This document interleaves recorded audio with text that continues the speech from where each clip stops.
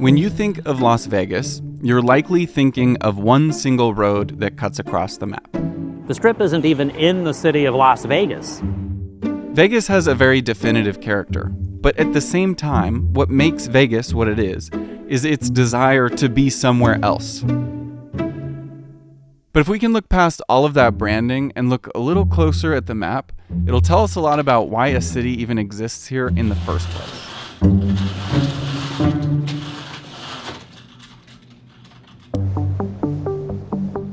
Downtown Las Vegas is just north of the Strip and is the gridded section that lies at an angle right here. I've made my way to downtown Las Vegas, which feels much different than the Strip, which you might think of as downtown Las Vegas. But I'm here to meet up with Michael Green, who's a history professor at UNLV, and he's going to tell us a bit about the history of this city. Oh, there you are. No, that's me. Okay. My passion for Las Vegas history comes in part from growing up here, from being a curious type, but it's also the desire to know more about my community. My father was a casino dealer. He worked at the Stardust Hotel, which is depicted in the movie Casino. He was fired by the character portrayed by Robert De Niro. Later, I worked at a newspaper with both mob connections and the reporting that helped bring down the mob. And I was not conscious of much of this stuff at the time. So maybe I'm trying to make up for lost time. I live in Salt Lake, and I grew up going to and through Las Vegas, and I would always wonder why build a city right there. If you had consulted with me and been like, hey, do you think we should put a city that looks like this in the middle of the dry Nevada desert? I would have said, probably not. And I'm probably not the only one with that thought. This area is one of the hottest and driest areas in all of the United States. But as I've been diving into the map and looking at the history of the city, I feel like I've found some of the key ingredients that enabled Las Vegas to exist. This is an aerial picture of Las Vegas from 1930, just a year before everything was about to change. You can see a clear town site that's beginning to grow, and this is downtown Las Vegas. Before the Mexican-American War, this whole territory was Mexico. The Southern Paiutes lived on this land for thousands of years before the Americans and the Spanish showed up and started fighting over who was going to be able to colonize it. And it was just a couple decades before the Mexican-American War, when this whole territory was claimed by Mexico, that Antonio Armijo came into the Valley of Las Vegas, whose party included the first people we know of, who we think we are pretty sure we can confirm were the first non-Native Americans in the area. Here they found a natural spring and named it Las Vegas, which in Spanish turns out to mean the meadows. So this place exists because there is water here. Right here, just west of downtown, is the Springs Preserve. It's a nature preserve where these natural springs are. And from these springs, a creek meandered across the valley. Before the railroad came through here, it was really pretty empty. There was just a couple ranches in the valley, and actually this building behind me is the oldest building in the entire state of Nevada. So just after the Mexican-American War, Brigham Young, who is the leader of the Latter-day Saints in Salt Lake City, sent missionaries down to the area. This is when they established the Las Vegas Mormon Fort. But they were only here for a short while, literally for just a few years. And then they abandoned it. It was just too tough to live here. If Brigham Young in Salt Lake City interests you on how that was created, I made a whole video about it, so it's in the description. You can check that out. The springs made this place a stop for travelers, but never really a destination. From the old Spanish Trail to the Mormon Trail to the Gold Rush, people were always just passing through. After the missionaries had left, the Mormon fort and several thousand acres around it ended up belonging to just one woman who ran a ranch there. Her name was Helen Stewart, but she wouldn't own this land for much longer. If you look at this map of rail lines in the western U.S. in 1900, there is a clear gap between two early prominent cities, Los Angeles and Salt Lake City. Senator Clark from Montana wanted to connect Southern California with Salt Lake City, and they needed a place in between for water, ice, and repairs on the railroad cars. And this was the ideal location, so that's why we're here. I am Clay T. White. I'm the director of the Oral History Research Center at UNLV. Clark and his company, who was building the railroad, knew the value of having a town site in this area. So they purchased the property from her, but they had to have it surveyed. So they hired a surveyor named J.T. McWilliams. While he was doing the survey, he found 80 acres of property that had never been claimed.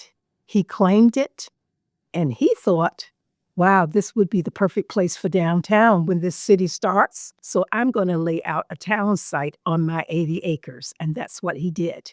And he started advertising in newspapers in Los Angeles that there was going to be a new city here. Come and start a business. So he had a thriving community. He called this the McWilliams Original Town Site of Las Vegas. A to H, Bonanza to Harrison. That was the original town site, very small. But despite his efforts and early success, his town site was completely overshadowed by this. I love making these videos, and it takes a ton of research to really get to the bottom of things, which I know not everybody has the time to do for themselves, which is why I'm super grateful for today's sponsor, Ground News. Ground News is the tool I use to be a more responsible consumer of the news. Rather than just seeing a headline with zero context, Ground News helps me understand the factuality and the bias and the ownership of the sources of my news. They pull from around 50,000 sources worldwide, and it's all backed by 3 independent news monitoring organizations. So, for example, when you click in to look closer at any article, like this one about the duct tape banana that sold for $6.2 million, you can see how many sources it's coming from, how many are from the left, how many are from the right and the center, and read the different headlines back to back, which alone often reveals their bias. My favorite tool is the blind spot tool, which tells you what's not being reported on the other side of the spectrum. They do this for about 20 stories every day, so you feel like you really get a well-rounded understanding of what's happening. So go to ground.news/Daniel Steiner to get 50% off their Vantage plan. And if you're already a subscriber, you can gift Ground News to friends and family for 50% off too. And huge thank you to Ground News for sponsoring this video. It makes it all possible. And thank you for watching. So in 1905, the railroad comes here. They've already decided that they are going to be the owners of downtown, not J.T. McWilliams. And that downtown is going to be east of the tracks, not west of the tracks. They purchased a bunch of land from Helen Stewart and, crucially, the water rights. They drew up a town site and on May 15th, 1905, held an auction to sell off lots of land. The auction went from Stewart to Garces and from Main Street to 5th or Las Vegas Boulevard. And people who have purchased property from J.T. McWilliams decide, well, I want my business to be in downtown. So they also buy lots east of the tracks, and they take their businesses and they move their businesses over into the downtown area. The railroad depot was built right here behind me where the Union Plaza Hotel is. And this is approximately the area of the auction. A replica of this depot has been built at the Springs Preserve, where also some of the early buildings of the area have been moved, so you can go see what it would feel like to be in this original, old, wild, wild west Las Vegas city. With the placement of the depot and the water rights being guaranteed, the Clark auction site was going to be the home of Las Vegas. And the date of the auction became the official founding date of Las Vegas. And just a few months later, a fire broke out on the McWilliams town site that sealed the fate of his dream. Can we just appreciate for 1 second that the city is only 120 years old? That's crazy to me. The world has changed so much so recently. Even before anything else was built here, you can see that Clark's town site was laid out at an angle, so it would align with the railroad rather than north, south, east, west. You can see that most of the streets of Vegas today are laid out on a north, south, east, west grid. And Fremont Street, not quite at the center, really was the center street because it ran into the railroad depot. Fremont Street was named after John C. Fremont, the U.S. Army Topographical Corps captain who put us literally on the map. When you look at the first and the oldest hotel casinos, they were right on Fremont Street. This was the first road to be paved in all of Las Vegas, and is the dividing line between North Las Vegas Boulevard and South Las Vegas Boulevard. There were 40 blocks in the Townsite, and the 16th block was this one. And this block and the block behind it, the next street over, block 17, were the only areas in 1905 that the railroad said it was okay to sell liquor. Now, they made exceptions for hotels, and there were hotels near the depot, so before long, the saloon operators in Block 16 realized they had to do something else, and it became the red light district. The U.S. government outlawed alcohol from 1920 to 1933. And the main thing this did was not actually stop people from getting alcohol, it just allowed organized crime to provide alcohol. During Prohibition, the booze continued to flow, and there's a famous photo of the Arizona Club with a man in a cowboy hat with a white mustache standing in the middle. He was the sheriff. So it wasn't as if he didn't know what was going on. In the U.S. at that time, organized crime became very rich and very powerful, and Las Vegas was definitely a hotspot. Later, when a federal building was built in Las Vegas, it was built next to Block 16 and 17. So this building opened in 1933 as the federal building, and Las Vegans were very excited about it because it gave us a sense of permanence, and you also had all kinds of federal services there, from the post office to bankruptcy court and so on. A new courthouse has since been constructed, and now this building houses the Mob Museum. The reason to have this museum is that the mob built most of the original strip. So now we understand this picture a lot more. You can see the creek running from the springs that made this a viable spot for a city. You can see the railroad that created a demand for population. You can see Clark's Townsite very clearly, and you can see the failed McWilliams Townsite. This was 1930, and 1931, the next year, everything would change for Vegas. There were 3 major events that happened in Las Vegas in 1931 that put it on its trajectory to become the city we know. Nevada was actually the earliest state to allow gambling before rolling that back. But later, in 1931, gambling was legalized. The Depression was on, and there was something to be said for getting some taxes and fees. The main reason, it appears, was that, for one thing, it fit a kind of libertarian ethos that you should be able to do what you want to do here. The other was to attract investment. In addition to gambling, divorce laws were changed so that it was much, much easier to get a divorce in Nevada. And the same day, the legislature approved and the governor signed a bill to reduce the residency requirement for divorce from 3 months to 6 weeks. Both of these are designed to get people to come to Nevada, hang out a little, enjoy themselves, and like it enough to come back permanently, invest, who knows what. Just before the Depression began, plans for a massive project near Las Vegas were approved.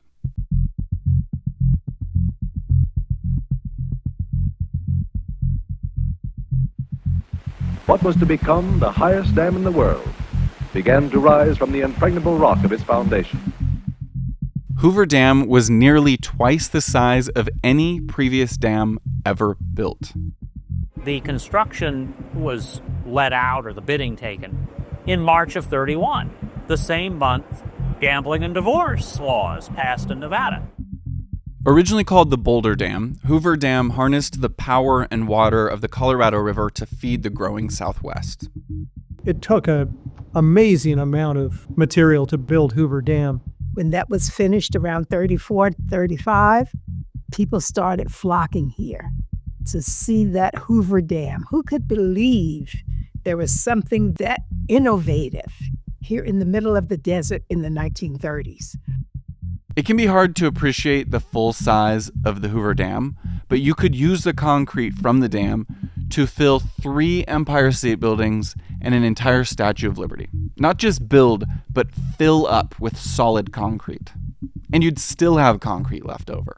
The construction lasted about 4 years and employed over 20,000 people, which was a huge economic boon to many in the area.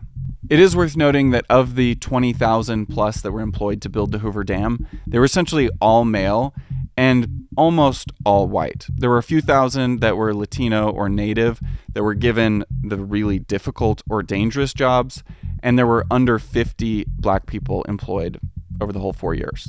Its impact was huge, not just on the water and electric supply, but also on the map. You can see Lake Mead and you can see Boulder City. The federal government built a community to house the dam workers, which they called the Boulder Canyon Federal Reservation. Eventually, it became an independent city, Boulder City, and it is the only incorporated city in this area where gambling is illegal. And it's illegal because that was the way it was in the first place. So these people would come on into Las Vegas, where things were pretty wide open. Similarly, there were dam workers, single young men. They came into town and spent money too.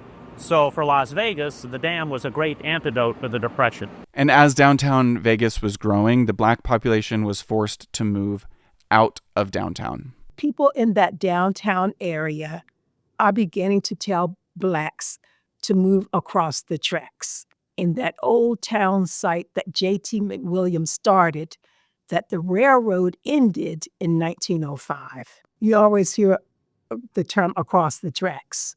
That's not an unusual terminology. So now with gambling and alcohol and divorce legal and easy, with a well-funded mob and thousands of new tourists, the trajectory of modern Las Vegas really starts to become a lot more clear.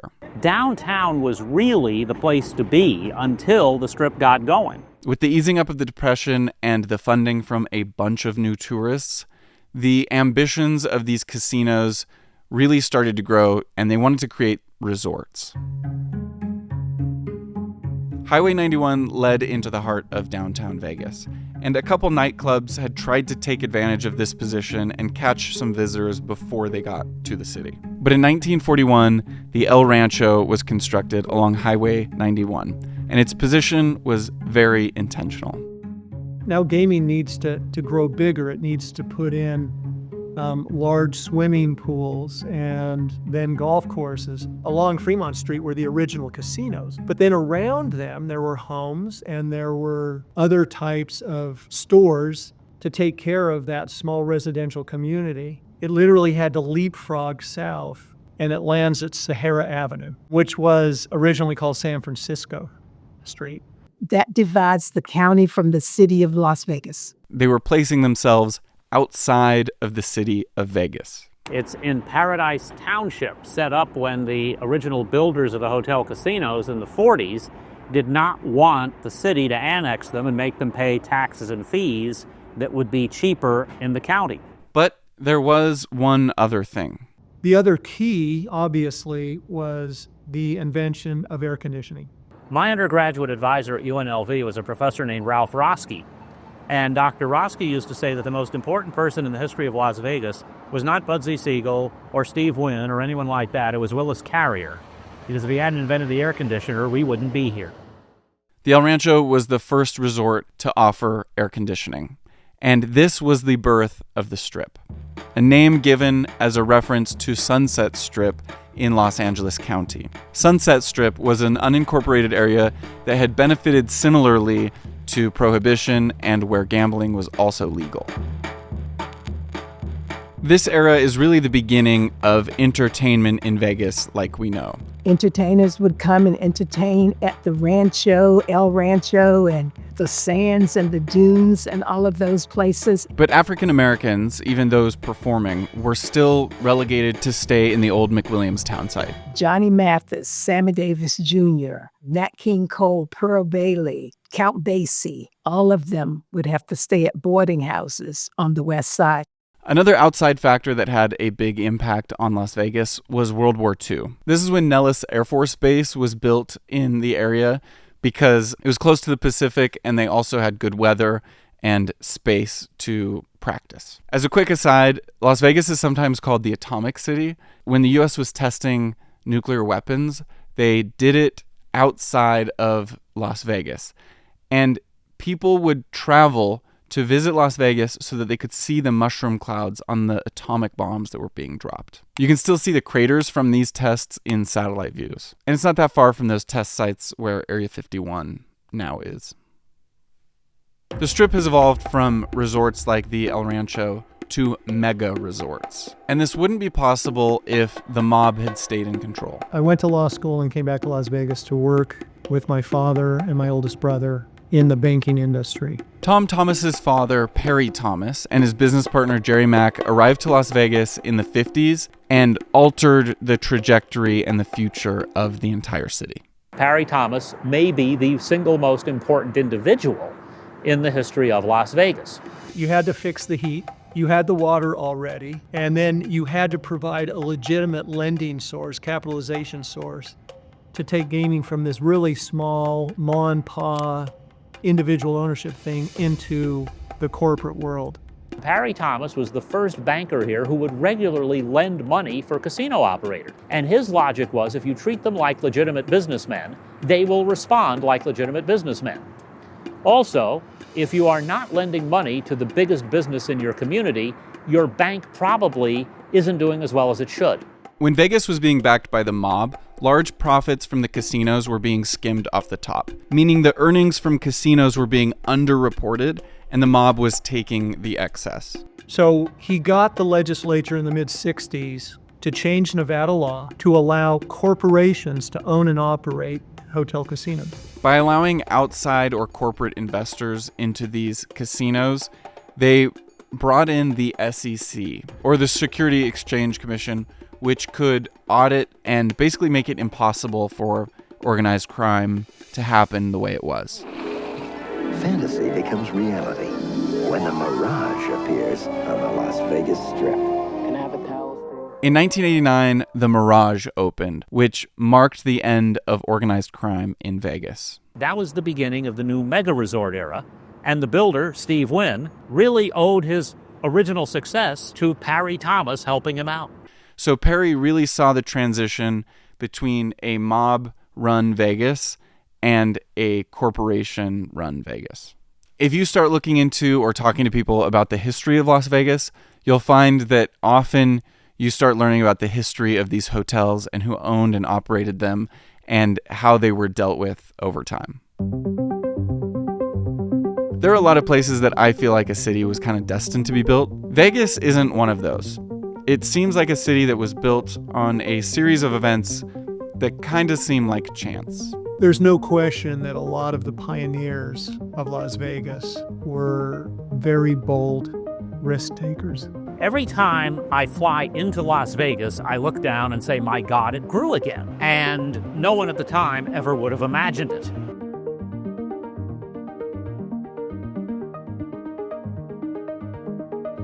Thank you so much for watching. Please like the video if you haven't. Please subscribe to the channel if you're not subscribed.